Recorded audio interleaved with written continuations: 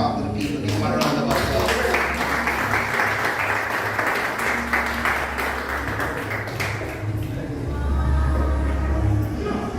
Wow. Greetings. Great. You know, back in Ghana, all I do is good morning, good afternoon. When I get to Jamaica, now I'm changed. I'm more like a changed person. Right now we go by greetings, brothers and sisters. As he said, I believe that people thinking that I'm the new Gavi is a big responsibility. I keep on telling people to stop it because I personally did not know who Marcus Garvey is. I have to be honest, because the education system in Africa does not teach us who we are. I found myself in China thinking that that was the best place for me to, get to achieve whatever I want to achieve in life. But I thank God for going to China because it made me who I am today. To discover who a black man is, to discover how powerful I am as an African. And that is the message that I've been preaching since I discovered who I am.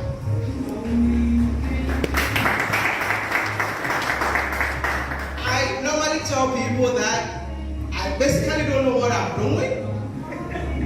So when you start telling me that this guy is, I have no idea what you're talking about. But I believe that it's a calling. Yes. And it has not been easy. Don't take it as if it's been, even in the Caribbean has been tough for me, but I still keep moving. If I tell you the struggles that I've been through since I came to Jamaica, most of you won't believe it. But I'm always smiling on camera for you to know that nothing will stop this movement. The movement is inspired by Marcus Garvey once again. Personally, like he said, Gary Coleman, when I was in China making Chinese videos, people started calling me Gary Coleman. And I was like, who is Gary Coleman? So I started researching about who Gary Coleman is, and I found who Gary Coleman is. And yeah, you're right. Then, when I was in China, I felt like it's about time. It's more like you sleep, you keep on dreaming about Africa. And I was like, how do I get back to motherland? Because I've made up my mind that I will live and die in China. Because at the end of the day, there's nothing in Africa for me as an African. But a young guy, aeronautical engineer, you have to, live your life in China and make the best out of it. So I told my mom, I'm coming back home. At that time, I've lost my dad in 2017. So my mom started shedding tears. Like the juju has finally worked. And my son decided to leave his career and come back to Africa to preach about Africa. Who does that? But I felt like if no one is doing it, there has to be someone. And if that someone has to be me, I have to start. I know being a pioneer of anything is extremely difficult, but I was happy that when I started this movement, a lot of Africans carry the same movement. So when you go to Africa right now, we have so many young creators that are talking about the beauty of Africa. And if you go to Ghana today, if you go to so many countries in Africa today, there are people that are moving back to the continent because of videos that we've been doing about the continent Africa.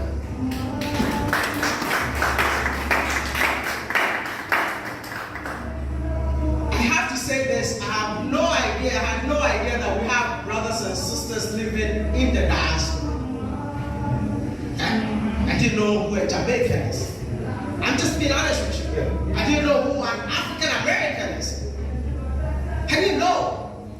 But when I started doing these videos, my classmate was an African American. And there was a day that we were new in class, all of us, and they decided to separate us into different groups. So I saw this black brother who looked like me, and I'm like, hey bro, which part of Africa are you from? Can we just, come together, And this guy was like, my brother, I'm not an African. He was extremely mad for me calling him an African. And I'm like, what is happening? And that traced me back to slave trade, because in in Ghana, 90% of Ghanaians don't even know the slave castle that we have in there, that they call castle, I call it dungeons. We have no idea what happened in there because it's not part of our education system. So I took it upon myself to educate myself about what really happened. And that is when people started calling me the new Marcus Garvey. And I'm like, I'm not. So I quickly decided to research about what Marcus Garvey is. And I'm like, oh, we have the same message. The message that I've been preaching about is Africa is home for Africans at home and Africans abroad. Just because of that African American guy who inspired me. So when I got to know that, oh, so you're actually taking from Africa, and you're still telling me that you're not an African, but you're an African American, then why the name African American? So we're changing it. You're no longer an African American, but you're an African born in America.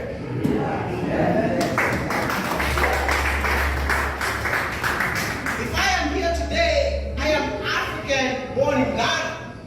If you are in Jamaica, you are an African born in Jamaica. I met somebody telling me that I'm not African, I'm Jamaican American. I'm like, pause. We have identity crisis as black people.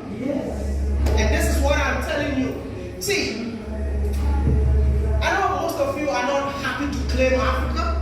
The continent is not perfect. Don't let me tell you that the continent is perfect. But Africa is so proud of you. Because despite the fact that you went through all the struggles to get here, you never forgot who you are as an African. Because I came to Jamaica and I see Ghana here. I see Nigeria here. Maybe you don't know. But I was in Akompon last night. I had to come here because of pain. I would have been there by now. But I was having a great time with my brothers and sisters on the mountain. I was at Akompon yesterday, and as soon as I stepped out, I started crying. I'm like, how did Ghana go here? How? Because they left Ghana 400 years ago. But till today, when you go there,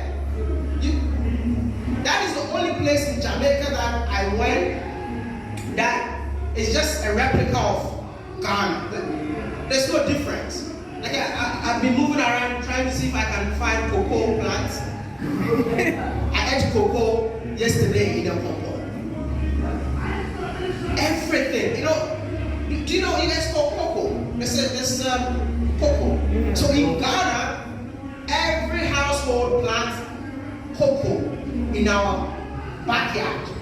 And when you go to a compound, it's exactly the same culture. And I was like, you know what? It's about time for us to bridge the gap. It's about time for us to connect. It's about time for us to know that we are one people, even though we find ourselves here. What I'm doing, I don't know. But what I'm just trying to say is, if I can get support from every black man in this world,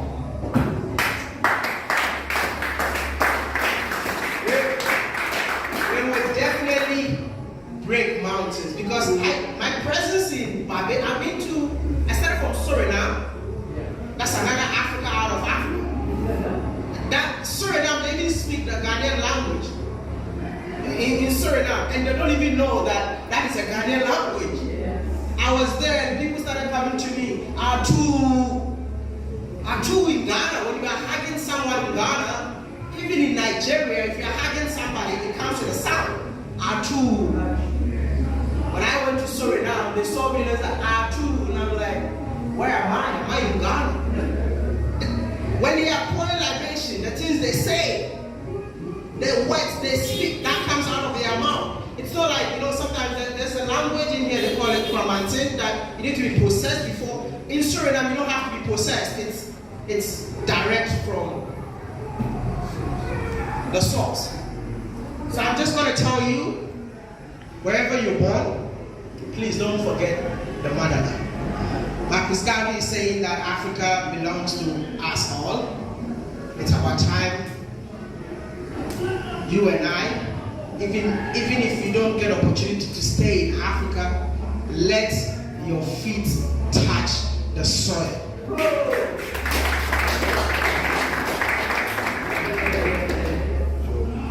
I believe that if you ever do that, your ancestors will be happy wherever they are, because their daughters, their great-great-grandchildren finally returned.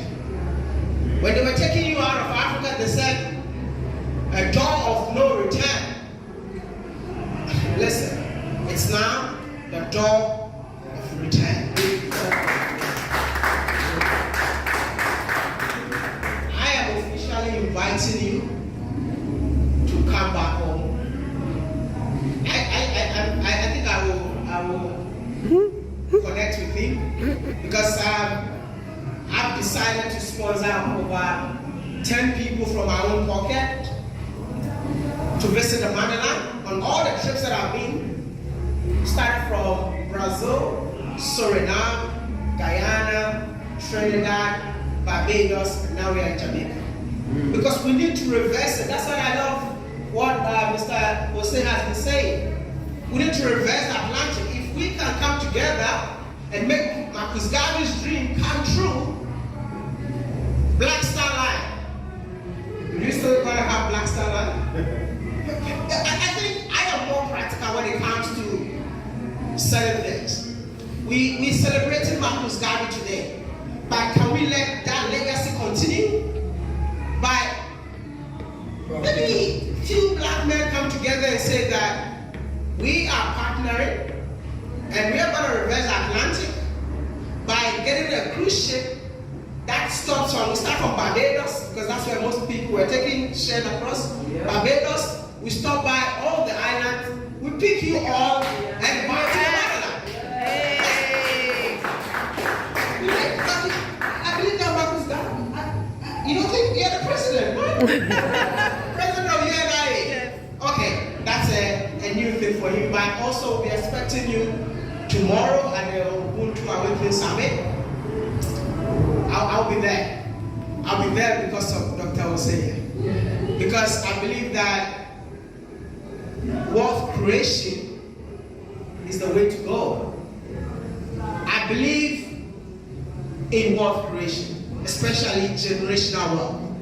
I know I'm so young to be talking to you like this, but I woke up one day, I was actually insulted. I did a video in Liberia, having a great time in a resort. Then people started saying that, they keep on saying you want to promote Africa, but the resort that you're promoting belongs to a Lebanese man. So what are you promoting? I sat down and I'm like, this guy is right, but I need to prove a point. You know what I started doing? I went back to Africa COVID when everybody was in their rooms. I was more scared I was going to die. I keep on going to black businesses. I went to a hotel that the woman used 4 years to build. And I was like, are you sure you built this by yourself? You black? You African? I asked her so many questions. And I put it on camera. I woke up the next morning, the video was everywhere. And guess what? Every African-owned business in Ghana started reaching out to me. I own this business, please come and promote it. So COVID, I was so busy. So I wear my mask, I come to you, and you know the impact of these videos? If you go to Ghana today, there are so many businesses, black-owned businesses, that came out of the videos that I did during COVID, because these guys never believed that as a black man you can start your own business and make it. So this is why I believe that the Ubuntu Summit is very, very important. When we make money as black people, see, I don't have a chain, you know, because I don't want to go back. During slavery, they used to put chains on our ancestors. Now, when we make money, we want to look so cool by going for the chain that was used to enslave our ancestors. Now, that is what makes us cool. But I want to tell you something before I leave. The reason why black people need to start working together is because of your hair. Check your hair, touch your hair. Oh, that's not one. Touch your hair. Mr. Tony, you want to touch your hair too? It's gone. We are the only race that our hair grow together. Every other race, the hair grows individually. So they can start their own business and make it. But as Africans, we need that. That is why for someone to come into a black people, conquer black people, he needs to divide them first. Your hair tells you who you are. So it's about time for us to work together as one people. Thank you.